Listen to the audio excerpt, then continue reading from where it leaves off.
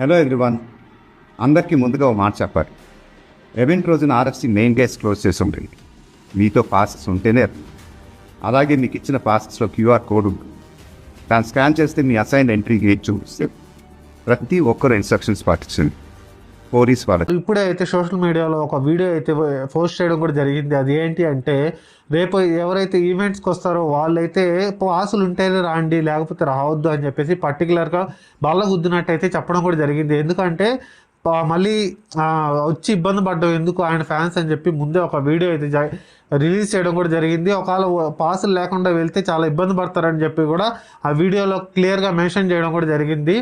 రేపైతే మీరు పాసులు అయితే ఎంతమంది తీసుకున్నారో కామెంట్ చేయండి. పాసులు ఉంటైతే వెళ్ళండి. ఇంకొకటి అయితే SSMB29 అయితే ఒక వీడియో వెళ్తే లీక్ అయింది, డ్రోన్ వీడియో. అది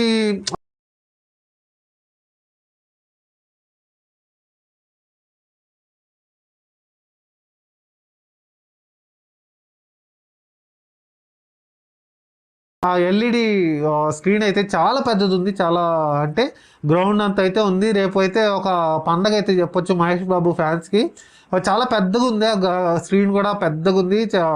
ఒక 50 మందికి స్క్రీన్కి అలో ఉన్నట్టు కూడా మనకి తెలిసింది. ఇంకొకటి ఏంటి అంటే, ఎవరైతే వస్తారో అది వాళ్ళు ఒక 2 గేట్లు ఉంటాయి. అది 2 PM అలా ఇంకో గేట్ కూడా క్లోజ్ చేస్తారని చెప్పేసి కూడా మనకైతే అప్డేట్స్ అయితే వచ్చేసాయి. మీరైతే రేపు వెళ్ళే పని అయితే పాస్ ఉంటేనే కంపల్సరీగా అయితే వెళ్ళండి, లేదంటే ఇబ్బంది పడతారని చెప్పేసి కూడా మహేష్ బాబు గారు ఫ్యాన్స్కి ఇలా చెప్పడం కూడా జరిగింది. రేపైతే ఇంకా చాలా వండర్స్ అయితే మనం చూస్తామని చెప్పేసి అర్థమైంది. మీరేమనుకున్నారో కామెంట్ అయితే చేసింది. Thank you guys.